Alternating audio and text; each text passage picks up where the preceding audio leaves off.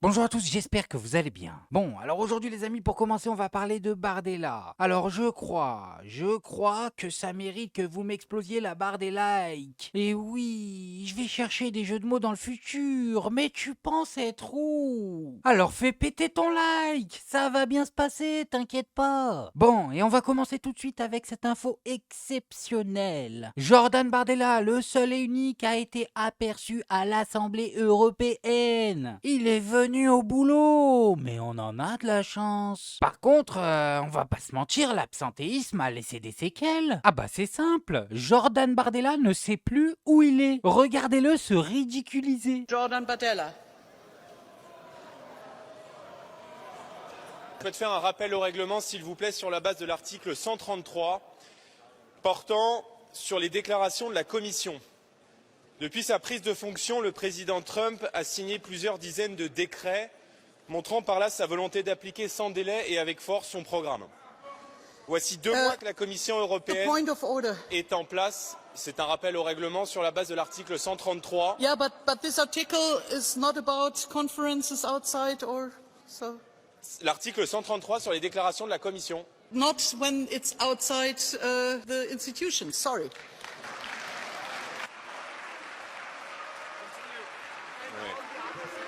Il me reste 30 secondes, je vais donc aller au bout, madame, s'il vous plaît.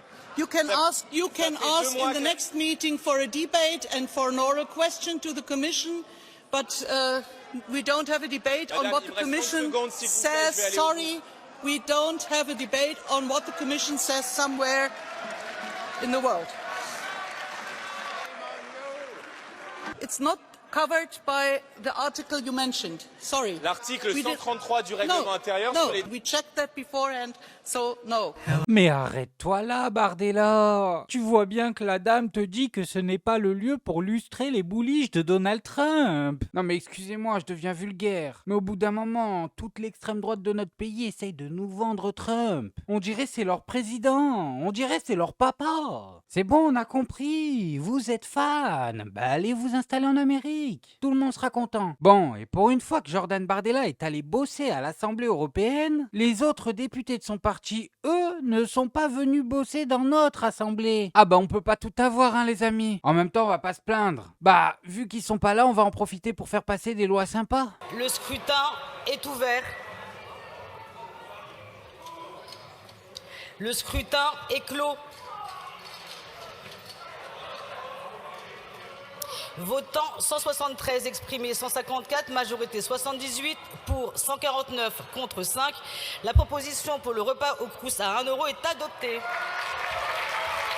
Voilà, repas à 1 euro pour tous les étudiants, magnifique. Merci LFI, on peut le dire, merci LFI. Parce que regardez-moi ce graphique des députés présents, c'est scandaleux. Alors, à droite, on a les partis de droite et le RN. Ils sont au maximum une vingtaine, mais alors au milieu, les députés macronistes, ils sont littéralement 4. C'est quoi ce délire, les gars? On vous paye, faites semblant au moins. Nous on est là, ça galère tout le mois pour générer des SMIC. Ça se rajoute du travail le week-end pour pouvoir s'acheter des trucs pour se faire plaisir. Et eux, pour 7000 euros par mois, ils n'ont même pas besoin d'aller au boulot. Mais attendez, c'est pas fini. Le pire, c'est qu'après tout ça, ils osent encore nous demander de travailler gratuitement. C'est fou, c'est quel niveau de culot ça? Les mecs sont payés mais ne travaillent pas et nous demandent de travailler sans être payés. Je voudrais juste dire un mot sur ce que vous évoquiez juste avant,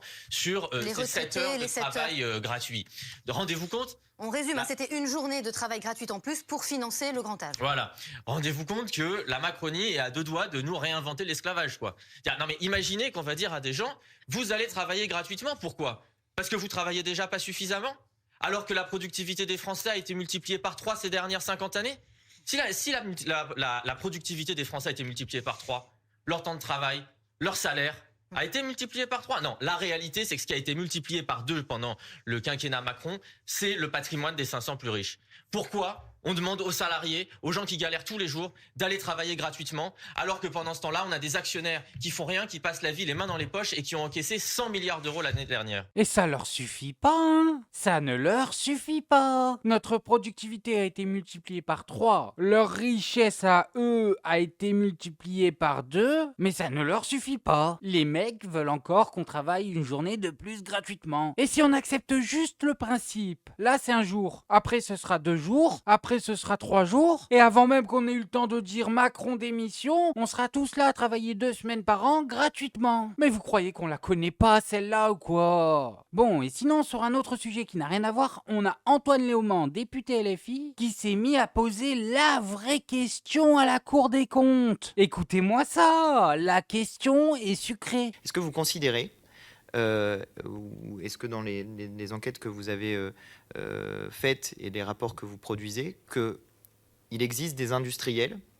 qui cherchent à prendre le contrôle d'un certain nombre de médias pour influencer les élections?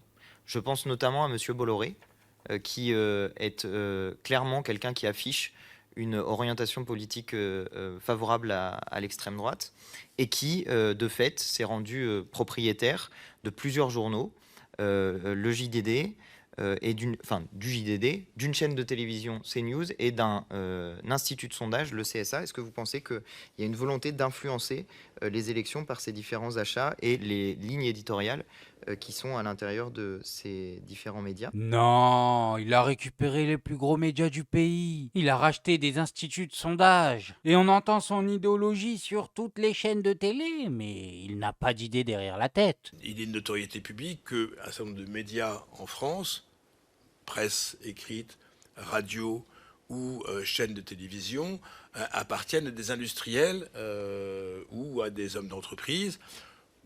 Ça relève aussi en partie du fait que ces structures ne sont peu rentables et qu'il faut bien des gens pour les faire fonctionner et financer. Voilà, on ne va pas au-delà de ça, sinon de faire ce constat qui incite effectivement à vérifier que l'équilibre et l'objectivité soient réunis. Attendez, vous êtes en train de me dire que vous êtes conscient qu'un milliardaire est en train de racheter des business peu rentables, donc les médias et les journalistes, mais qu'il n'y a aucune raison de penser qu'il le fait avec une arrière-pensée? Le gars est milliardaire. Il sait très bien comment faire de l'argent. S'il achète des business peu rentables, ce n'est pas pour faire de l'argent. Et pour ceux qui ne le connaissent pas, Bolloré c'est quelque chose, hein. Bolloré c'est ça. Début 2015, conforté par ce soutien politique constant de François Hollande, Vincent Bolloré va profiter du fait que Jean-René Fourtou a quitté le conseil de surveillance de Vivendi pour bondir sur sa proie. Le 2 mars, il investit 852 millions d'euros dans Vivendi. 632 millions. Début avril, il ajoute 568 millions et le 9 avril, 800 millions. Il devient le premier actionnaire de Vivendi et donc le nouveau boss de Canal. Ce jour-là, sur RTL, le ministre de l'économie de François Hollande va lui apporter son plein soutien au nom de la stabilité actionnariale. L'État croit à l'actionnariat de long terme pour accompagner les entreprises. Il accompagne d'ailleurs tous ceux qui y croient. Vincent Bolloré, dans le cadre de sa bataille pour Vivendi, va dans le même sens et il a mon plein soutien. En février 2015, fort de ce soutien de l'exécutif, Bolloré va lâcher sur France Inter une petite phrase qui va inquiéter les trublions de Canal+. C'est quoi l'esprit Canal ? C'est un esprit de découverte, parfois un peu trop de dérision. Ils vous font pas toujours rire ? Je trouve que se moquer de soi-même, c'est bien. Se moquer des autres, c'est moins bien. Le soir même, les Guignols vont défier leur nouvel actionnaire. Vous auriez un exemple de dérision acceptable, selon vous? J'ai vendu D8 il y a 2 ans à Canal+, et grâce à cette vente, je me retrouve à la tête de Canal+, et donc, à nouveau, de D8. C'est savoureux, non? C'est de la dérision, ça? En tout cas, moi, ça me fait bien marrer. Ça veut dire que même si je vends quelque chose, au final, ça m'appartient encore. Bah, pourquoi vous riez? Parce que vous riez, patron. Oh, vous commencez à comprendre la dérision acceptable. La dérision acceptable, Bolloré va très vite faire comprendre ce qu'il entend par là. Début juillet 2015, il vire les auteurs des Guignols de l'info. Et à la tête d'ITélé, la chaîne d'info du groupe, il va nommer Guillaume Zeller, un Versaillais d'extrême droite, nostalgique de l'Algérie française. Il y imposera bientôt Jean-Marc Morandini, un animateur trash mis en examen pour corruption de mineurs. Bonjour et bienvenue, très heureux de vous retrouver sur iTélé pour Morandini Live. Quant aux marques symboles de l'impertinence, elles vont sérieusement morfler. En juin 2016, l'émission d'enquête spéciale investigation est supprimée après avoir été censurée. Dans la foulée, l'impertinent Yann Barthès du Petit Journal est évincé. Française qui approche les Américains. Femme partie aussi pour le zapping, qui avait... Eh oui les gars, c'est cet homme-là qui nous a privés des guignols. C'est fou de faire ça. Les guignols, tout le monde aimait. Non mais franchement, faut vraiment être Palpatine pour ne pas aimer les guignols. Bon, et alors maintenant on va parler rapidement d'un autre sujet, les ZFE, messieurs dames. Oh là là là là, qu'est-ce qu'ils sont allés encore nous inventer avec les ZFE? Regardez-moi ça, la mesure n'a même pas un mois, ils sont déjà en train de nous parler de radars à ZFE. Et oui, des radars qui scannent les voitures et si ta voiture est trop vieille, amende. C'est pas fou ça? Le futur, messieurs dames. Pour l'instant, on n'a pas encore ces radars. Mais quand ils vont arriver, comment ça va fonctionner? Lecteur automatique de plaques d'immatriculation, comme le stationnement dans les grandes villes. C'est-à-dire, vous allez être flashé systématiquement. Et ça ne sera pas un flash. Hein. Si vous faites si vous passez devant 3 radars dans la journée, ça sera 3 fois la sanction applicable.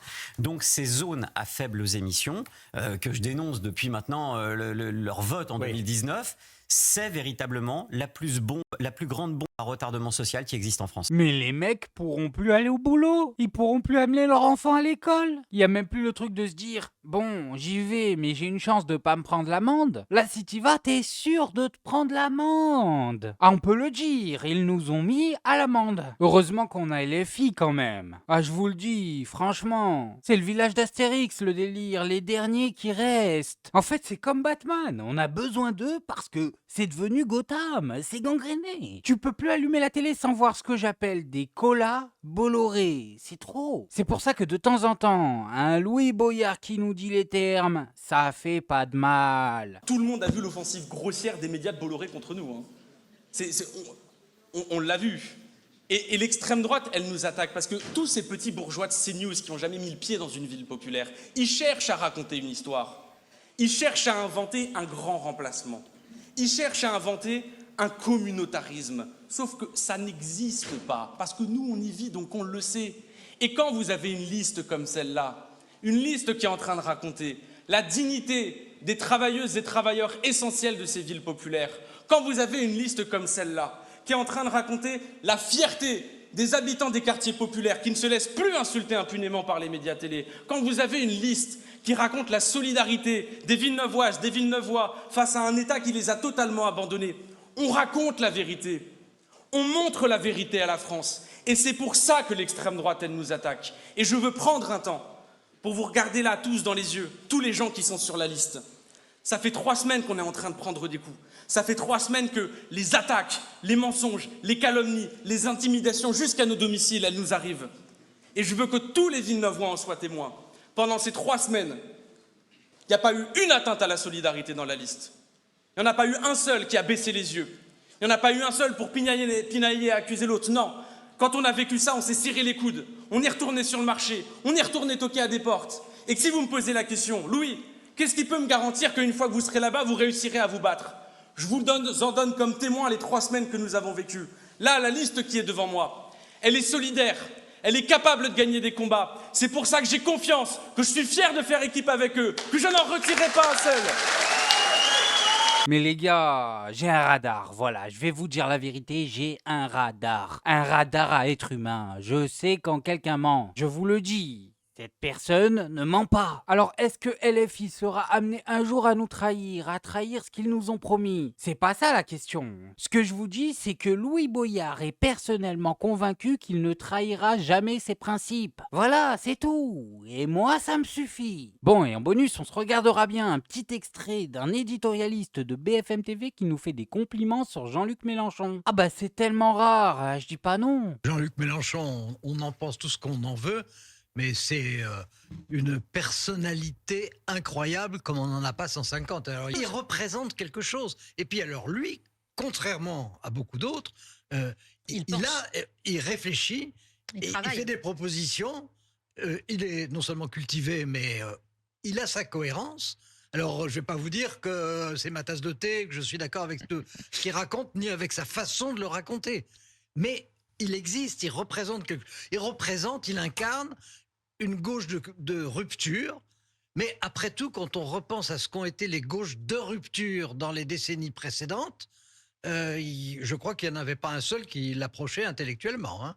Bon. Ah mais on l'avait déjà vu celui-là, c'est une archive. D'accord, je me disais aussi. C'était bizarre que BFM nous refasse le coup des compliments sur Mélenchon. Bon bah c'est pas grave, ça nous fait un rappel. Au moins on est sûr que même BFM TV sait que Jean-Luc Mélenchon et LFI sont les derniers qui tiennent la route. Bon bref, moi je voulais juste vous montrer ça, maintenant faites-vous votre avis tout seul. Faites attention à vous, faites attention à ce que vous regardez. Likez, abonnez-vous et oubliez pas, le petit com qui fait plaisir. Et on n'oublie pas le petit com qui fait plaisir.